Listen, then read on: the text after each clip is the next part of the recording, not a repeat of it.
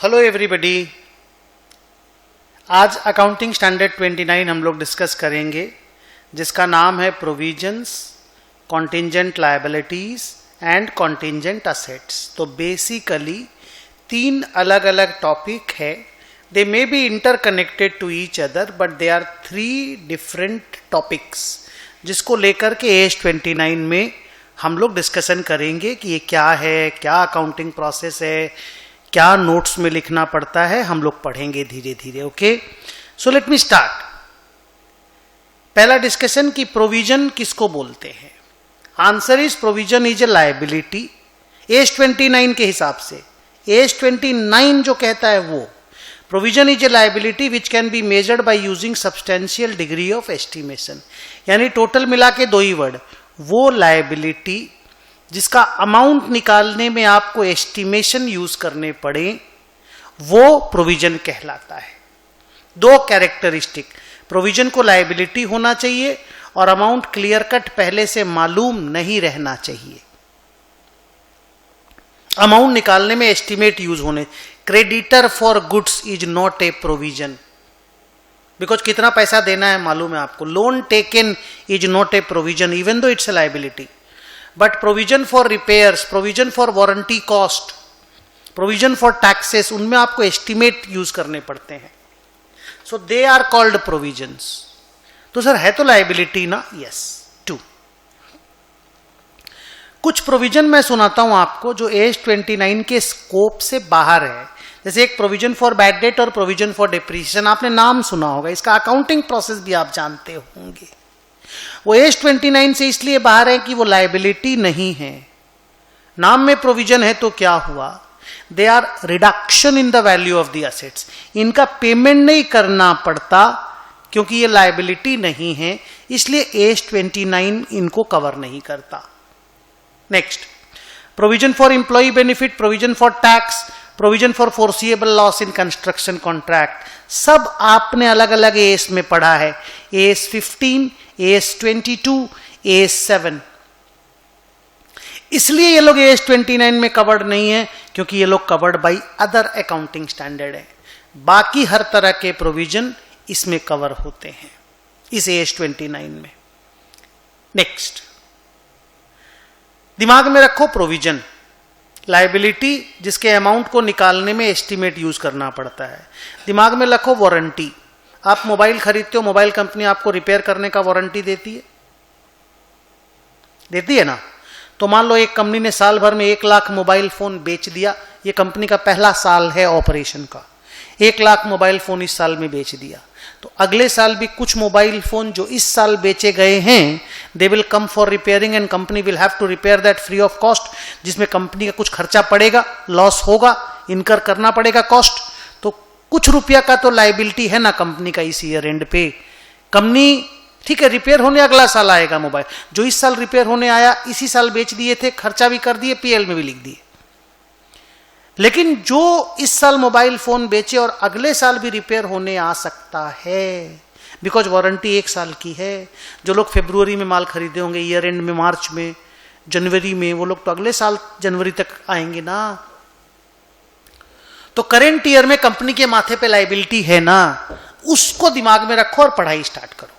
सुनो, a provision should be recognised मतलब recorded in the books only when the following 3 criteria are satisfied. अगर 3 में से एक भी क्राइटेरिया फेल हुआ प्रोविजन बुक्स में नहीं लिखा जाएगा, ध्यान रखना। पहला condition, the enterprise has a present obligation arising from a past event. Meaning company के माथे में आज के दिन टेंशन होना चाहिए और वो टेंशन पास्ट इवेंट से पैदा हुआ है। जैसे कंपनी ने टीवी बेचा, मोबाइल फोन बेचा, दैट इज पास्ट इवेंट। उसकी वजह से there is a present obligation की अगर रिपेयर होने के लिए मोबाइल आएगा तो मुझे रिपेयर करके देना पड़ेगा। प्रेजेंट ऑब्लिगेशन का मतलब ये समझना कि ये मत समझना कि अब भी जाके रिपेयर करना है। प्रेजेंट ऑब्लिगेशन का मतलब है अगर रिपेयर होने आएगा मैं रिपेयर करके दूंगा, that's it. At present I have an obligation. जैसे आप सीए इंटर में एडमिशन लिए, you have a present obligation to give exam. जब भी एग्जाम डिक्लेयर होगा आप एग्जाम देंगे। ओके सो प्रोविजन को बुक्स में तभी लिखा जाएगा when there is a present obligation arising from a past event. 2. If it is probable that outflow of resource will be required to settle the obligation.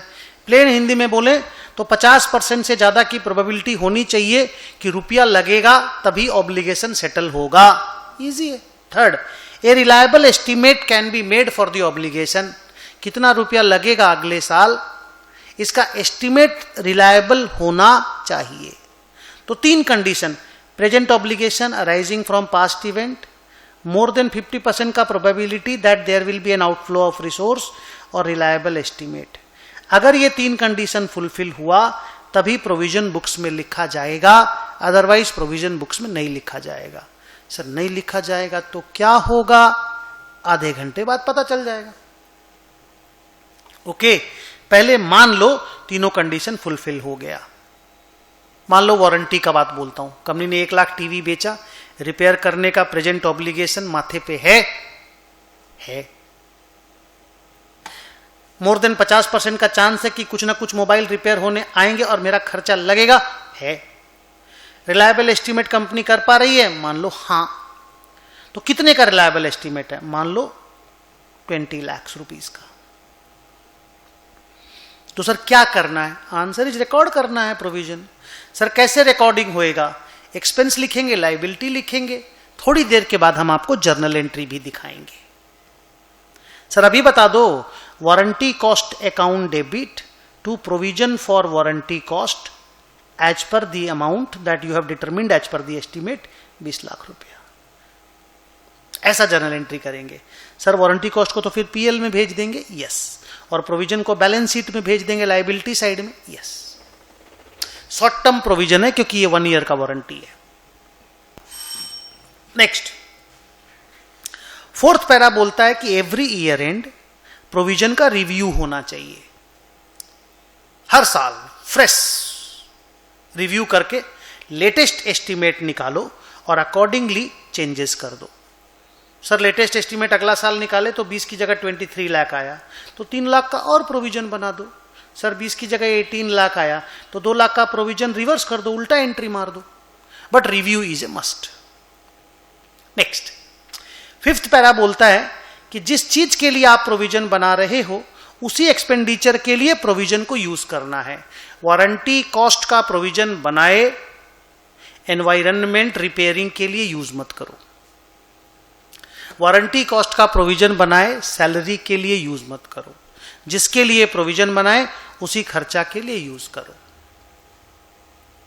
Next, 6th para बोलता है कि जब आप प्रोविजन निकालोगे तो आपको डिस्काउंटिंग करने की जरूरत नहीं है, पीवी निकालने का जरूरत नहीं है. सीधा कितना रुपया का प्रोविजन पेएबल है उतना रुपया का जर्नल एंट्री कर दो. लेकिन एक प्रोविजन सीए इंटर में ऐसा है जिसका नाम है प्रोविजन फॉर डीकमीशनिंग लायबिलिटी. आपको AS 10 में याद होगा, डीकमीशनिंग लायबिलिटी का कहानी बनाया था. सिर्फ उस लायबिलिटी का प्रोविजन में प्रेजेंट वैल्यू टेक्निक यूज होता है, बाकी किसी प्रोविजन में पीवी टेक्निक यूज नहीं होता. नेक्स्ट, जर्नल एंट्री क्या है, मैं पहले बोल दिया, warranty cost to provision for warranty cost. Next, अगर, बहुत सुंदर बात है, अगर बचने का, पैसा पेमेंट करने से बचने का आपके पास कोई रियलिस्टिक ऑल्टरनेटिव है तो आप तो बचेंगे अगर आपको मालूम है तो आपको प्रोविजन बुक्स में बनाने की जरूरत नहीं है. If there is a realistic alternative that we will not be required to settle the obligation, don't create a provision. क्या सेंस है, आप तो रियलिस्टिक ऑल्टरनेटिव है, आप बच जाएंगे तो फिर क्यों प्रोविजन बनाना है. बट वो ऑल्टरनेटिव रियलिस्टिक होना चाहिए. सर एग्जाम्पल दीजिए. एग्जाम्पल जैसे मान लो एक एरोप्लेन है, हमारा एरोप्लेन उड़ाने वाला कंपनी है, माने इंडिगो है. हमको वो जो डीजीसीए होता है ना, वो एविएशन का वो कंट्रोल वर्क करने वाला, उसने बोला हर 5 साल में एक बार आपको हर एरोप्लेन रिपेयर करना होगा. और रिपेयरिंग में मान लो खर्चा लगता है एक एरोप्लेन में 10 लाख रुपया, पर हम प्रोविजन नहीं बनाएंगे। हम अपनी कंपनी का बात बोल रहे हैं। क्यों? क्योंकि हम हर 5 साल में एरोप्लेन ही बदल देते हैं, तो मेरे को रिपेयर करने का खर्चा ही नहीं लगेगा, एंड एरोप्लेन हम बदल देते, that is a realistic alternative. तो अगर ऐसा कोई रियलिस्टिक ऑल्टरनेटिव है कि आपको पेमेंट नहीं करना पड़ेगा, तो don't create a provision. Okay, आगे सर कॉन्टिंजेंट लायबिलिटी किसको बोलते हैं? पेंडिंग कोर्ट केस, आपको मैंने बहुत अच्छे से समझाया हुआ है पास्ट में। Pending court case is a contingent liability. किसी ने हमारे अगेंस्ट में केस फाइल कर दिया है कि मैंने उसको डैमेज्ड गुड सप्लाई किया था, अब कोर्ट का फैसला आना बाकी है। मेरे फेवर में, मेरे अगेंस्ट में कैसा भी फैसला आ सकता है। अगर फेवर में आया तो पैसा देना नहीं पड़ेगा, अगेंस्ट में आया तो पैसा देना पड़ेगा, और कोर्ट का डिसीजन मेरे कंट्रोल में नहीं है। ऐसी लायबिलिटी को कॉन्टिंजेंट लायबिलिटी बोलते हैं। डेफिनेशन सुनिए, a contingent liability is a possible obligation, not a present obligation. Possible obligation हो भी सकता है, नहीं भी, that arises from past events and the existence of which will be confirmed by occurrence or non-occurrence of one or more future uncertain event. Court decision not wholly within the control of the enterprise. Court decision is not within my control. तो कोई भी possible obligation जो future event पे depend करता है और वो event मेरे कंट्रोल के बाहर है, तो हम उसे कॉन्टिंजेंट लायबिलिटी बोलेंगे। Pending court case, guarantee given on behalf of others, सुना होगा नाम आपने, arrear of preference dividend, profit होगा तो डिविडेंड देंगे, नहीं होगा तो नहीं देंगे, केस हारेंगे तो पैसा देंगे, नहीं हारेगा तो नहीं देंगे, सामने वाला जिसके भी आपने गारंटी दी वो फेल करेगा तो हम पैसा देंगे, नहीं फेल किया तो नहीं देंगे। ये हुआ कॉन्टिंजेंट लायबिलिटी। आज से कॉन्टिंजेंट लायबिलिटी का एक और डेफिनेशन भी है। क्या? नया चीज सुनना। अगर कोई प्रोविजन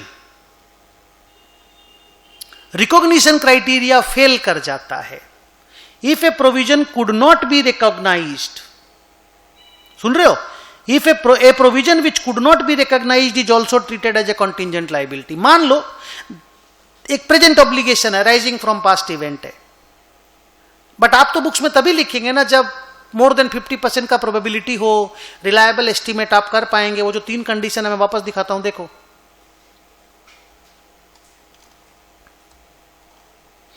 ये 3 क्राइटेरिया, मान लो प्रेजेंट ऑब्लिगेशन है, प्रोबेबिलिटी है और रिलायबिलिटी है, रिलायबल एस्टिमेट कर पाओगे। अगर प्रेजेंट ऑब्लिगेशन है लेकिन प्रोबेबिलिटी ऑफ आउटफ्लो नहीं है, रिलायबल एस्टिमेट नहीं कर पा रहे हो, तो क्या करोगे? प्रोविजन तो लिख नहीं पाओगे। प्रोविजन का रिकॉग्निशन में तो तीनों क्राइटेरिया फुलफिल होना चाहिए। मान लो फर्स्ट क्राइटेरिया फुलफिल हुआ, रेस्ट दोनों फुलफिल नहीं हुआ, तो क्या करना है? वारंटी कॉस्ट है, हम बता ही नहीं पा रहे हैं कि कितना रुपया खर्चा लगेगा अगला साल। सर क्यों नहीं बता पा रहे हो? एक्सपर्ट को यूज ले लो, एक्सपर्ट का हेल्प ले लो, एक्सपीरियंस यूज कर लो। एक्सपीरियंस भी नहीं है, एक्सपर्ट भी हेल्प नहीं कर पा रहा, से दिस हैपेंड। तो क्या करें? प्रोविजन मत लिखो, उसको कंटिंजेंट लायबिलिटी मान के नोट्स में डिस्क्लोज कर दो। तो मैं रिपीट करता हूं, a contingent liability is a present obligation also which could not be recognized because of lack of probability of outflow of resources या फिर lack of reliable estimate। तो आज से contingent liability के 2 definition, एक तो pending court case जो possible obligation वाला है, और एक warranty cost if it was not provided in the books,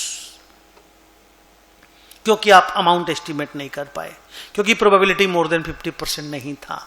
तो आज से ये दोनों को कॉन्टिंजेंट लायबिलिटी कहना है।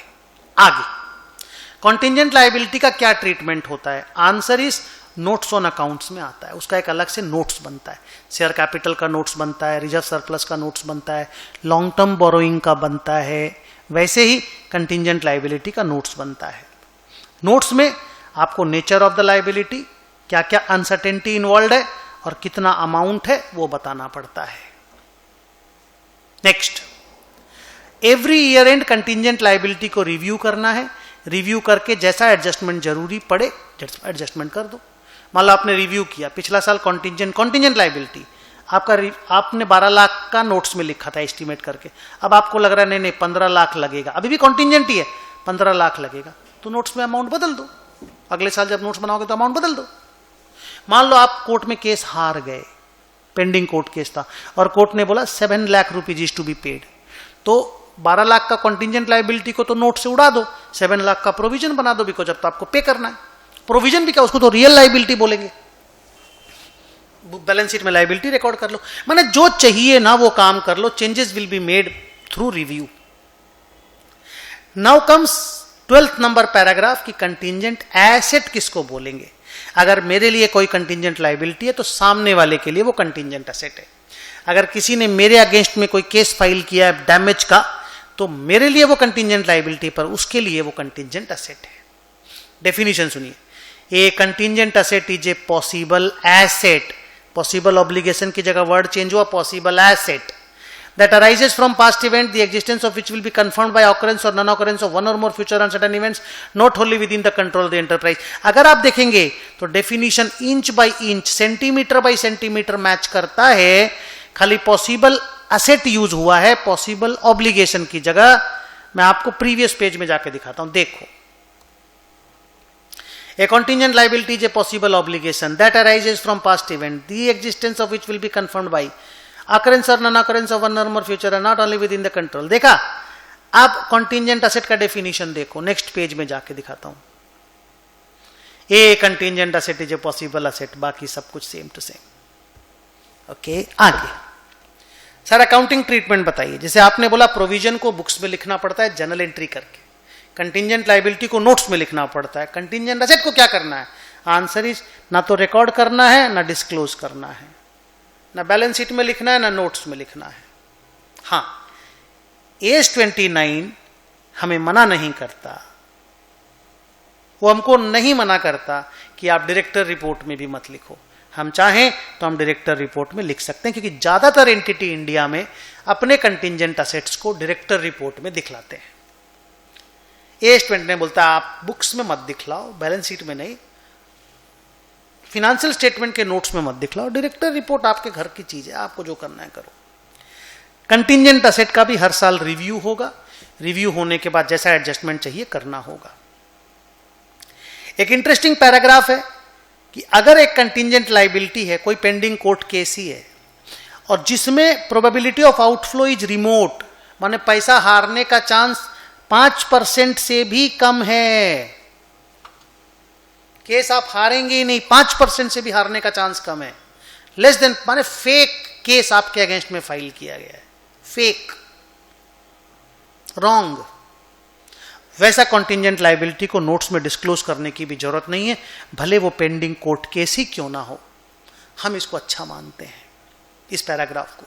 ये बहुत सारे लोग क्या करते हैं ना, झूठ मूठ का किसी के भी अगेंस्ट में केस फाइल कर देते हैं, उनका कुछ काम नहीं है, केस फाइल करना उनका काम है, उसके चलते हम नोट्स ऑन अकाउंट्स में लिखते रहे because it's a contingent liability pending court case.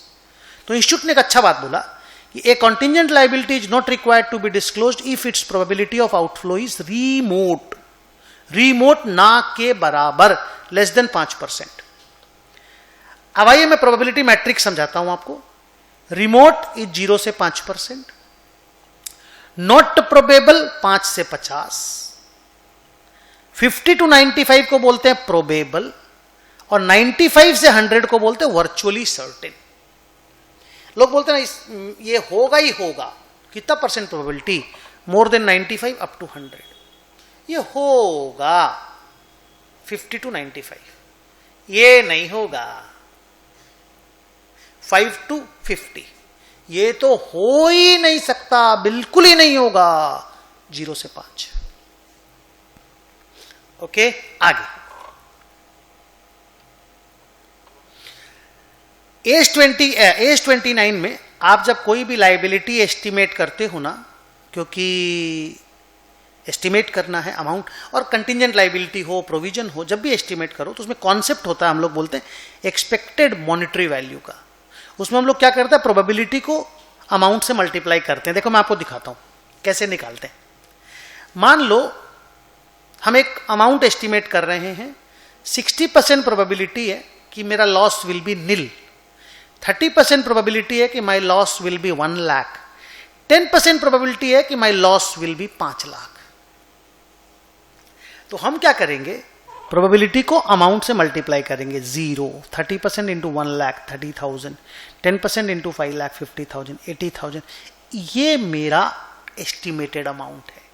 Because जब भी प्रोबेबिलिटी का डिस्कशन आएगा ना बेटा, तो प्रोबेबिलिटी में ये आप जानते हो टोटल 100% होता है, टोटल प्रोबेबिलिटी मिला देने से।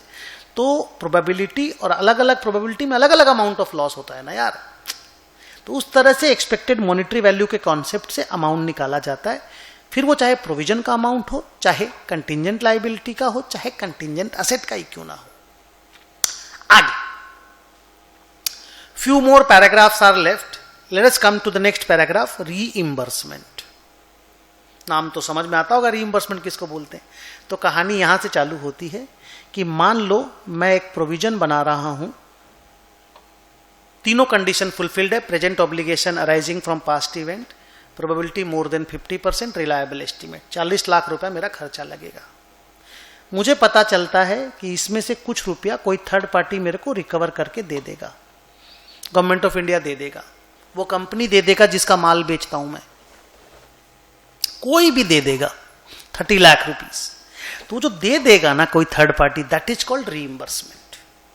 रीइंबर्समेंट का अकाउंटिंग प्रोसेस पहले सुन लो।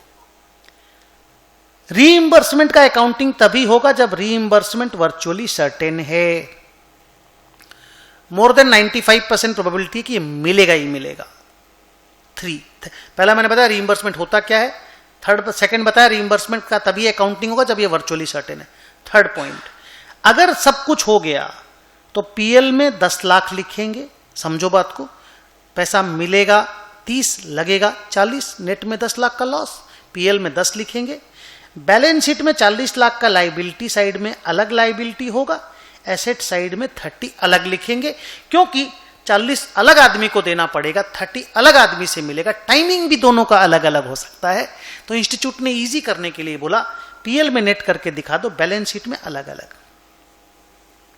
लास्ट, अगर 40 लाख लगने वाला और 40 लाख ही मिलने वाला है तो पीएल में तो 0 दिखाएंगे, बैलेंस शीट में 40-40। इतना स्टोरी है रीइंबर्समेंट का। आइए मैं पैरा पढ़ता हूं। A, reimbursement is an amount receivable from a third party if we are required to make a payment.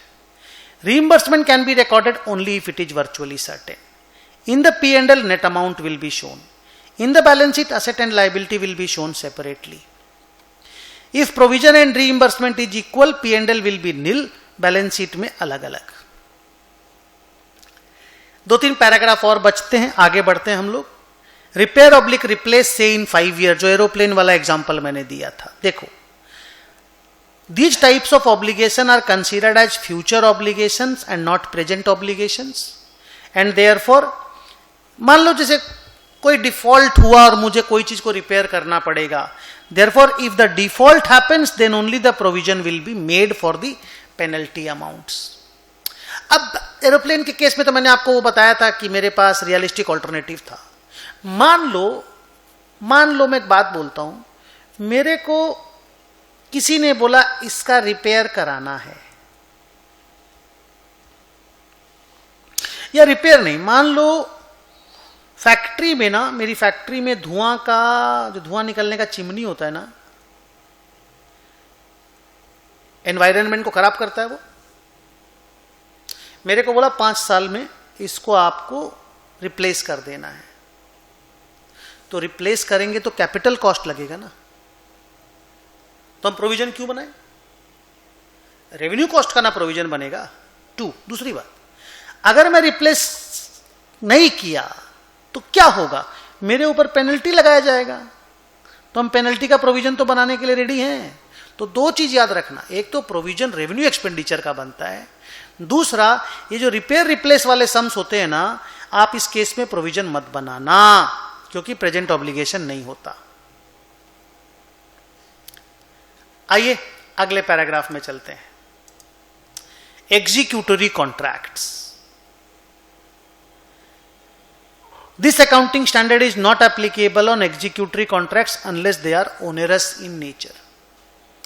Her contract जिसमें दोनों पार्टी का ऑब्लिगेशन कंप्लीट होना बाकी है, उसको एग्जीक्यूटरी कॉन्ट्रैक्ट बोलते हैं। मान लो मैंने आपको पढ़ाने का कॉन्ट्रैक्ट लिया, मेरा पढ़ाना बाकी है, तुम्हारा पैसा देना बाकी है, एग्जीक्यूटरी कॉन्ट्रैक्ट। अब मैं मर गया तो क्या होगा, तुम नहीं आए तो क्या होगा, दुनिया भर का पॉसिबिलिटी है। AS 29 बोलता भैया एग्जीक्यूटरी कॉन्ट्रैक्ट को AS से बाहर रखो। लेकिन अगर एग्जीक्यूटरी कॉन्ट्रैक्ट ओनेरस है, सर ओनेरस मतलब लॉस मेकिंग है, तो फिर लॉस का प्रोविजन बनाना पड़ेगा, मिनिमम लॉस का। ऑनरस कॉन्ट्रैक्ट को बोलते हैं, ऑनरस कॉन्ट्रैक्ट मींस, देखो ढंग से, onerous contract means there will be loss whether you perform or you exit. मान लो मैं तुमको ट्यूशन पढ़ाऊंगा तो लॉस होगा। मान लो मेरा खर्चा ज्यादा लगेगा, तुम हमको फीस कम देने वाले हो तो लॉस होगा। और अगर मैं एग्जिट किया तो तुम मेरे से पेनल्टी मांगोगे। तो मान लो एग्जिट करने का पेनल्टी 3000 और परफॉर्म करेंगे तो लॉस 2000, तो हम 2000 रुपया का प्रोविजन बनाएंगे। ओके, क्योंकि मेरा एग्जीक्यूटरी कॉन्ट्रैक्ट ओनेरस नेचर का था।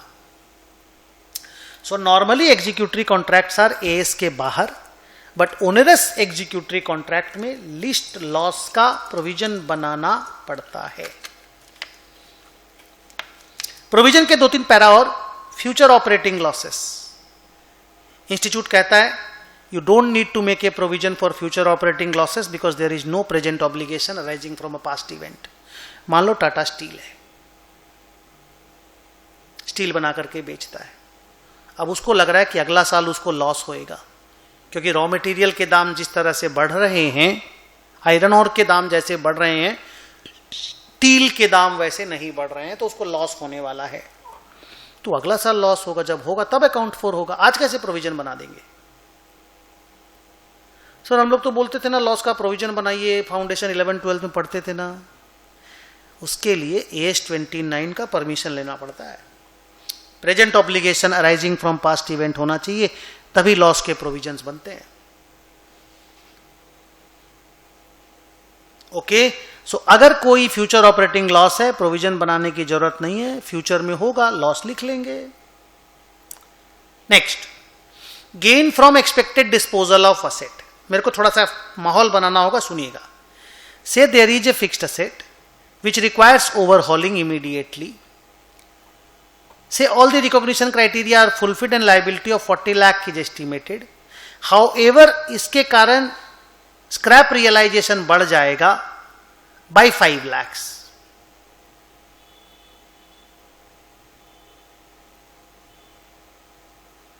एक सेकेंड, से स्क्रैप रियलाइजेशन बढ़ जाएगा, जो अभी 5 लाख है वो हो जाएगा 9 लाख। मतलब मेरे को 40 लाख रुपया की एक लाइबिलिटी प्रोवाइड करनी है, जो मेरे तीनों कंडीशन फुलफिल हो गया। और उसके कारण क्या है, मेरा स्क्रैप जो असेट का 5 लाख में बिकने वाला था वो 9 लाख में बिकेगा।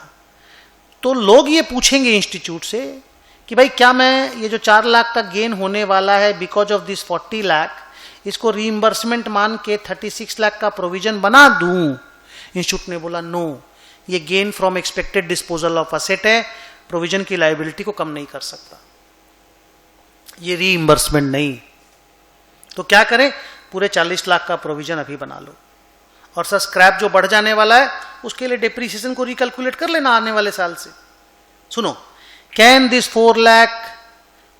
4 lakh will reduce the provision amount of 40 lakhs? The answer is no, full provision will be created. Depreciation for future period will be reduced because of increase in scrap. 2-3 paragraph और बचा, आइए सुनते हैं। थोड़ा लंबा एस आ गया theoretical. Restructuring क्या बोलता है AS 29?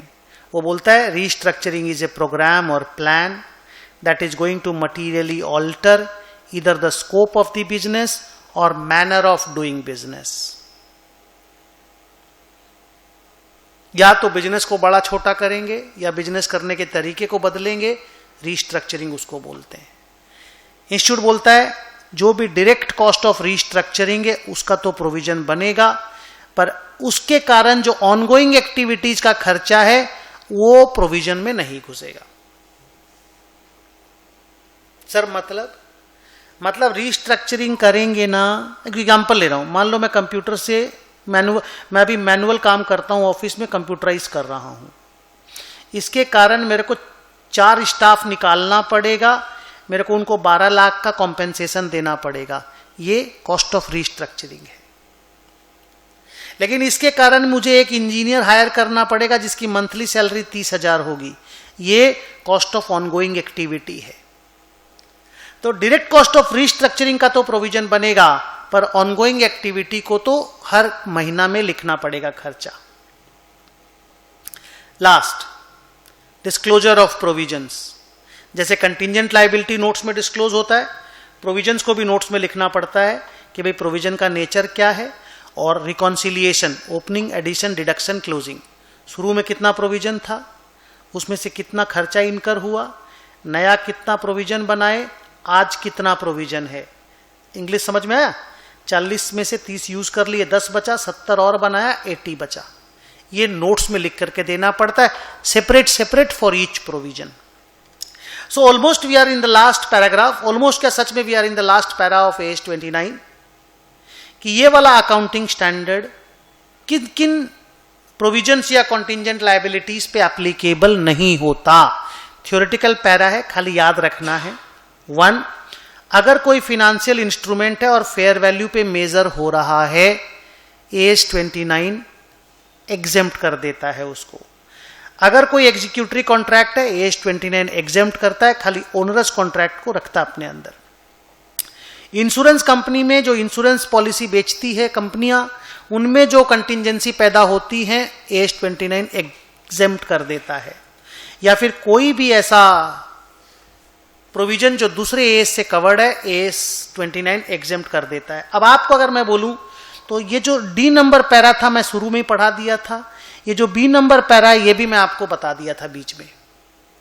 ये दो एक्स्ट्रा बात सुन लो, इंश्योरेंस कंपनी की कंटिंजेंसी AS 29 से बाहर है। तो सर फिर वो लोग क्या करते हैं, वो लोग का इंश्योरेंस रेगुलेटरी जो डेवलपमेंट अथॉरिटी जो है ना, वो बताती है कैसे प्रोविजन बनाना है। And financial instrument measured at fair value, आप याद रखो, ये आपके सिलेबस में नहीं है, खाली एक तो पॉइंट याद रखो, if any financial instrument is measured at fair value, उसके रिगार्ड का कोई भी कंटिंजेंसी प्रोविजन AS 29 के परव्यू से बाहर है। सो सर इतना लंबा अकाउंटिंग स्टैंडर्ड 29 यहां पे आकर के खत्म होता है। Thank you very very much. हमारा AS 29 दी एंड होता। आपको सब कुछ समझ में आ गया होगा। Take very good care. Wish you all the best. Bye.